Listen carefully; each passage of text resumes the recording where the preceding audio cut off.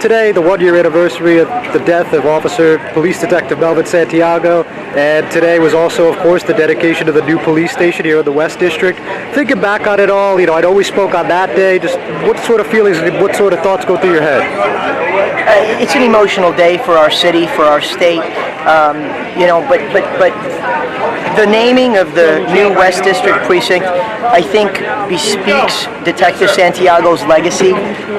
Police work is not for the faint of heart, and it's just as difficult for the family members of our police and fire personnel, our law enforcement. And Kathy McBride and Detective Santiago's family, the pride that you see in them, in addition to the emotion from the devastating loss of Melvin, I think it just reminds us of the risks that our police and fire personnel take every day, not knowing whether they're going to come home at night at the end of their shift. And I think that the fact that we're memorializing Detective Santiago and our other fallen officers, it's a proud day for Jersey City, as well as a sad one, because this was a devastating, senseless act of violence and tragedy.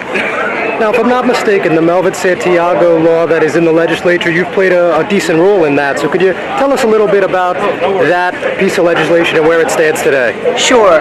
When the other sponsors and I heard from the POBA and other activists that right now SORA, the Security Officers Registration Act, doesn't extend to in-house security guards employed directly by companies. It only applies to security guards hired through contractors. We wanted to make sure we closed that loophole. That's why the other sponsors and I authored the Detective Melvin Vincent Santiago law in his memory, and also to ensure that something like this doesn't happen if the guards are employed in-house. So it would also require in-house security guards to holster their weapons in a higher security level, level 3 or level 4 holster, which is more difficult to unhinge and remove the sidearm from a guard. I believe that level 1 holsters are acceptable under present law. And also, this act would make sure that the training and registration requirements that have to be complied with by security guards under SORA right now,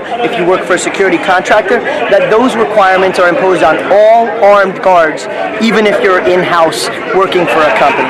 So it's passed the Senate, and we believe that it's going to get through the Assembly in the fall, and I hope that it becomes law by the end of the year. I think it's a good thing. Nothing's going to bring my son back, but if it can help save another officer's life, I think it's an amazing idea.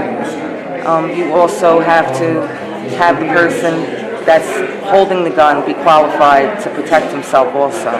You can't have somebody just allow somebody to take your gun from you. So hopefully it works.